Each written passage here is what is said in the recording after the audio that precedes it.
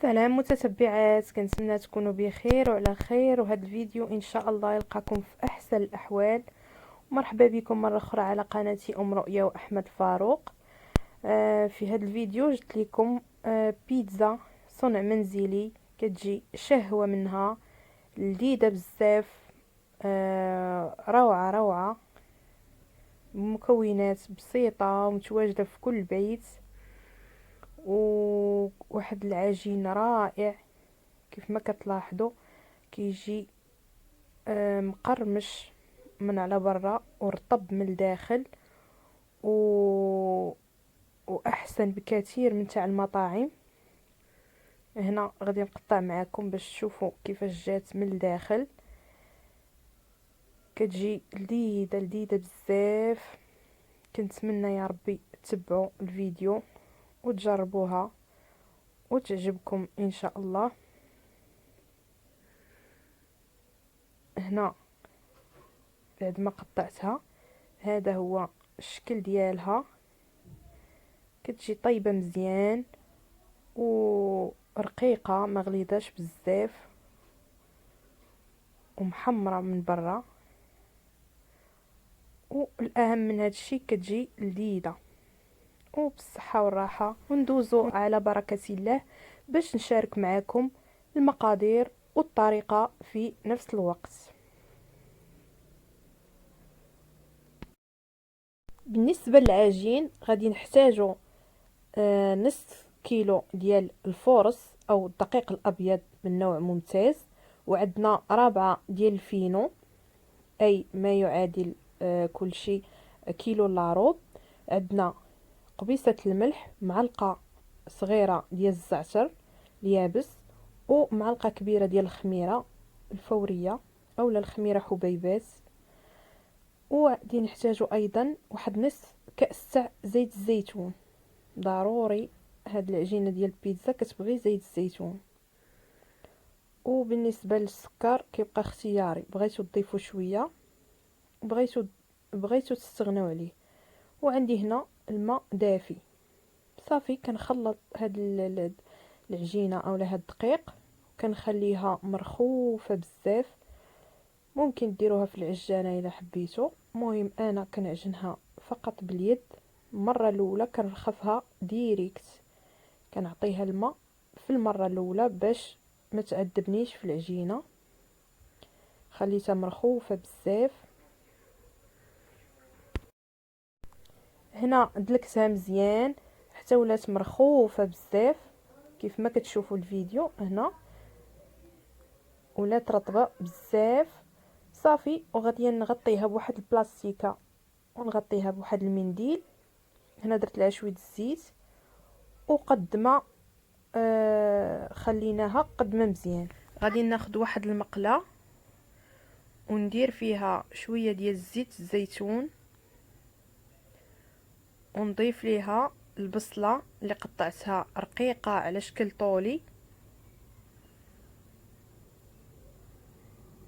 وغادي نشحرها مزيان في هاد الزويته هذه حتى كتدبل ليا وكيبدا يتبدل ليها اللون، اولا كما كنقولوا بالدارجه كطيح هذيك البصله كطيح. وغادي نضيف ليها قبيصه ديال الملحه وشويه ديال البزار والزعتر باش كيعطي واحد النكهه زوينه في هاد البيتزا هذه. هنا في نفس المقلاة بعد ما زولت البصله غادي نضيف ايضا شويه زيت الزيتون، ونضيف الفلفله الملونه. انا هنا كانت عندي في المجمد.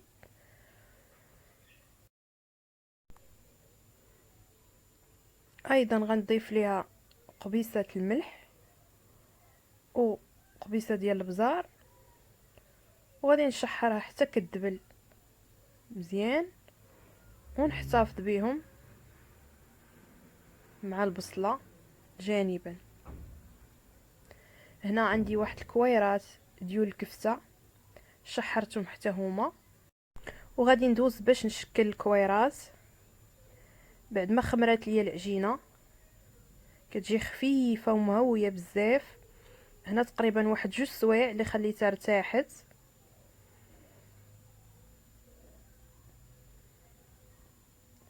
هنا درتهم كويرات كبار شويه.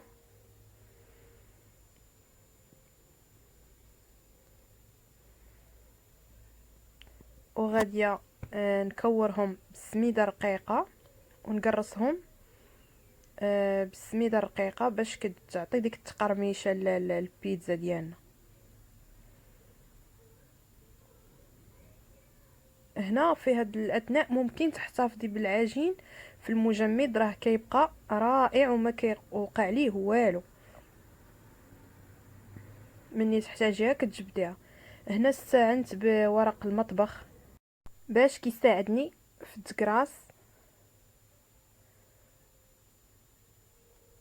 وما كتلصقش ليا هذيك العجينه في سطح العمل.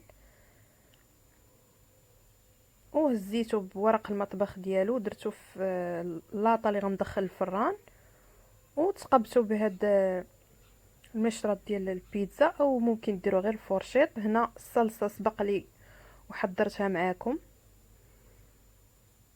غير مطيشه محكوكه مع شويه صلصه طماطم مركزه، قبيصه الملح، قبيصه البزار، شويه تحميره، وزيت الزيتون والزعتر. خليتهم حتى تشحروا مزيان واحتفظت بهم.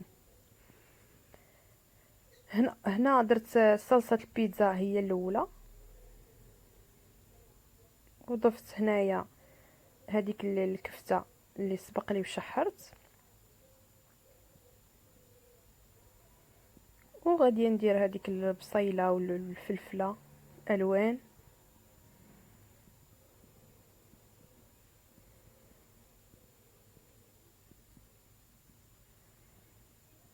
حتى غادي نكمل هاد الزواق ديال البيتزا كامل.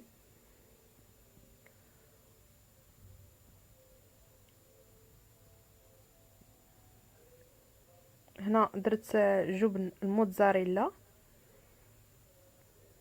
مبشور، الكميه اللي بغيتو.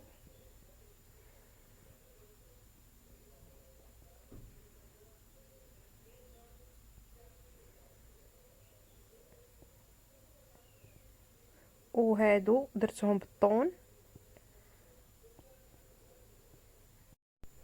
وهنا زينت بحبات الزيتون الاسود، وغادي ندخلهم الفران على درجه حراره 250 حتى طابوا من الفوق ومن التحت. ومني خرجتهم ضفت ليهم واحد الخويه ديال زيت الزيتون، كيعطي واحد البنه، واحد النكهه رائعه لهاد البيتزا هذه. هذا هو الشكل النهائي ديال البيتزا. هنا ضفت شويه ديال الفرماج الاحمر، ما كانش عندي الفرماج بالزيت، ممكن تضيفوا اكثر من هذا الفرماج. هي البيتزا هي الفرماج. وبالصحه والراحه، وكنتمنى تجربوها.